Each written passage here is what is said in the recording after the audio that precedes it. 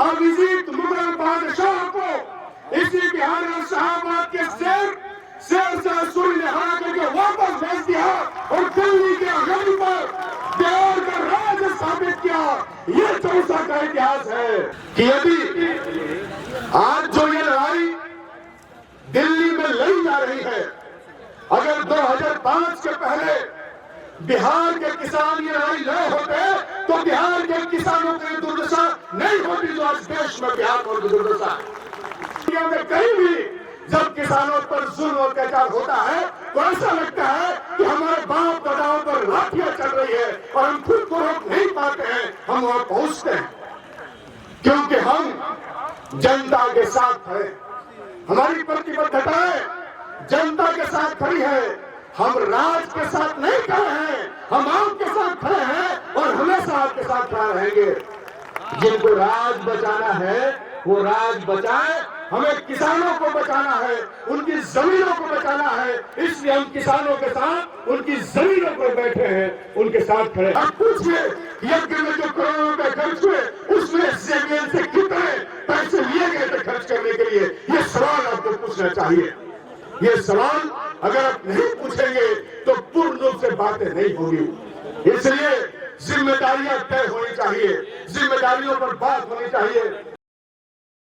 प्रवक्ता और देश के बड़े किसान नेता भाई राकेश टिकैत जी, उनके साथ आए हुए सभी किसान नेतागण पिछले 4 महीनों से अपने अधिकारों के लिए आंदोलन कर रहे तमाम किसान भाइयों, यहां इस सभा में शामिल मीडिया कर्मी दोस्तों, प्रिंट और इलेक्ट्रॉनिक मीडिया के भाइयों और किसानों के आंदोलन में समर्थन देने, सहयोग करने के लिए बिहार भर से, देश भर से, जिले भर से आए हुए आप तमाम किसान मजदूर साथियों को, माताओं बहनों को मैं अपनी ओर से क्रांतिकारी सलाम पेश करता हूं, आपका इस्तकबाल करता हूं। दोस्तों, यह चौसा की धरती है। हम लोग इतिहास के विद्यार्थी थे तो इतिहास में हमने चौसा की लड़ाई पढ़ी थी। लड़ाइयों को इतिहास में अलग अलग तरीके से पढ़ा जाता रहा है और हर लड़ाई को, हर इतिहास को समझने के तरीके भी अलग अलग होते हैं। हम लोग चौसा को जिस तरीके से हमने समझा वो मैं आपको बता रहा। शायद उस तरीके से देश की सरकारें और प्रशासन चौसा को नहीं समझ रही। चौसा की लड़ाई आप जानते हैं उस दौर में जब पूरे देश में मुगल सल्तनत का राज था और देश और दुनिया में ये चर्चा थी कि दिल्ली सल्तनत से मुगलों को कभी हराया नहीं जा सकता और मुगल अविजित राजा थे, उनकी टूटी बोलती थी। उस समय इसी चौसा में उस अविजित मुगल बादशाह को इसी बिहार और शाहबाद के शेर से सुई ने हरा करके वापस भेज दिया और दिल्ली के अगल पर देवर का राज स्थापित किया। ये चौसा का इतिहास है। शायद जो किसानों पर जुल्म ढा रहे हैं उन्हें शेरशाह सूरी का वो पराक्रम शायद याद नहीं है। ये चौसा की धरती जिसने देश और दुनिया को एक नई दिशा दी और जिसने उस लड़ाई से बताया कि दुनिया की कोई भी ताकत, कोई भी सत्ता अस्थायी नहीं होती, हर सत्ता को उखाड़ करके फेंका जा सकता है, उसको नस्तानाबूद किया जा सकता है। हमारे बीच में चौधरी राकेश टिकैत जी हैं। हमें पता चला कि चौधरी साहब आ रहे हैं, हमारी इच्छा हुई कि उनसे मिले। हम लोग 2020 में बिहार में एमएलए बने। हमारे एमएलए बनने के बाद किसानों की लड़ाई दिल्ली में शुरू हुई।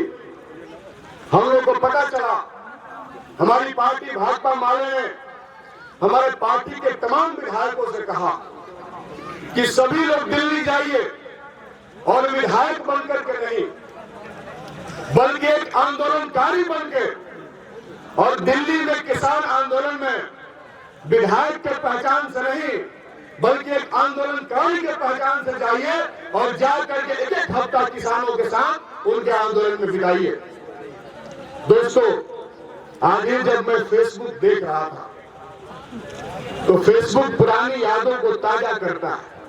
ठीक 16 जनवरी 2021 को मैं दिल्ली टिकरी बॉर्डर पे गया था।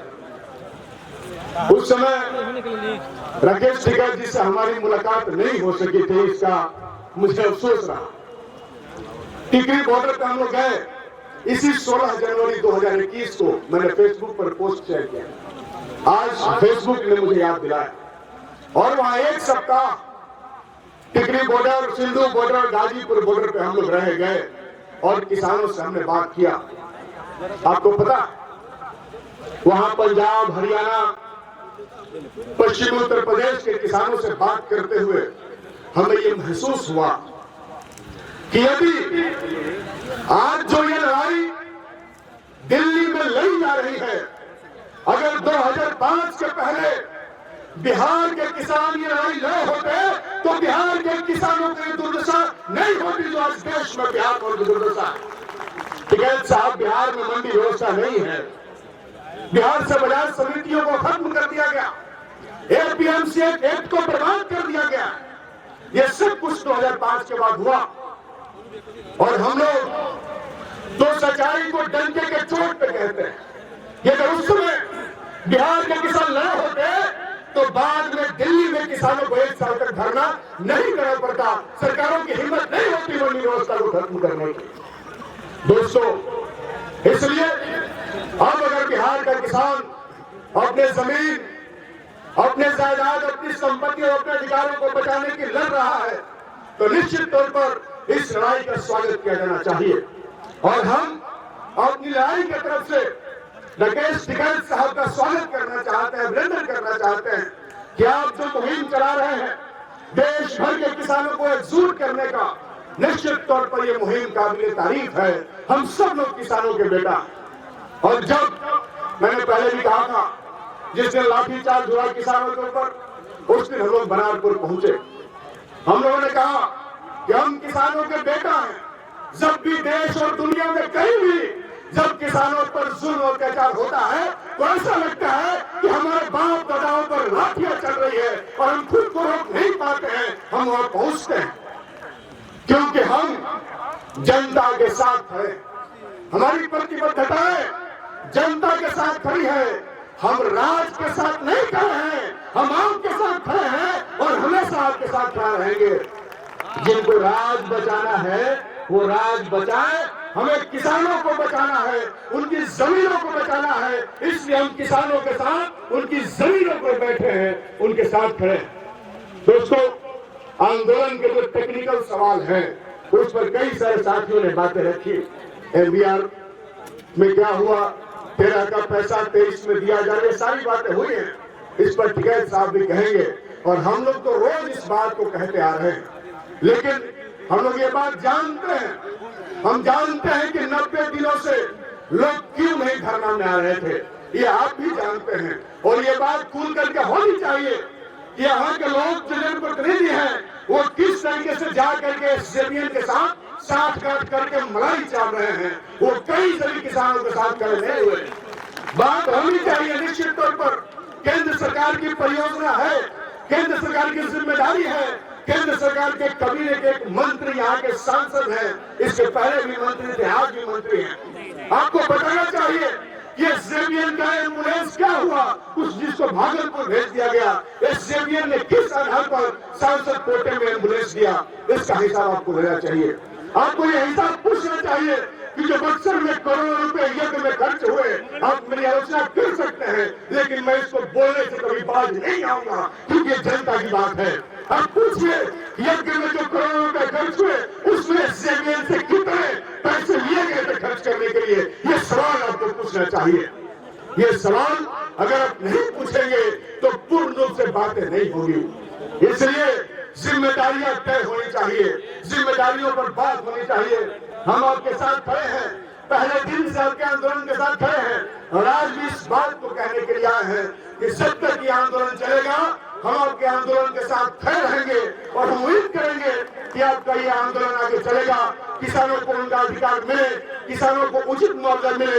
अभी तो हमारी बूढ़ी माता जी कह रही थी कि क्यों हमारी हरी भरी जमीनों को लेना चाहते हो, क्यों हमारी सिंचित जमीनों को लेना चाहते हो, क्यों हमारे बच्चे जो हैं वो कहाँ रहेंगे कल के बाद, इसका हिसाब सरकारों को देना होगा।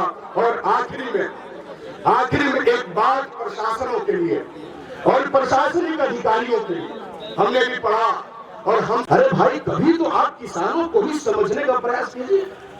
आप तो कभी किसानों को समझना ही नहीं चाहते। मैं तो कह रहा हूं कि किसानों की बातों को आप क्यों नहीं सुनना चाहते? आप उनको समझिए और उनको सुनिए। और निश्चित तौर पर आखिरी बात कहते हुए कि टिकैत साहब अभी जो एक बड़ी लड़ाई जीत करके आए हैं, उसने देश भर के किसानों को एक नई ऊर्जा दी है। और हम जानते हैं कि हम जीतेंगे। हम जानते हैं कि किसान कभी हारा नहीं है। और इस बार भी चौसा के किसान, बनारपुर के किसान, जिस जंग को आपने छेड़ा है, हमें यकीन है कि हम एक दिन जीतेंगे और निश्चित तौर पर जीत हमारी होगी। इन्हीं बातों के साथ लड़ाई चलती रहे। इनकलाब जिंदाबाद, किसानों की लड़ाई जिंदाबाद। बहुत बहुत शुक्रिया, बहुत बहुत धन्यवाद।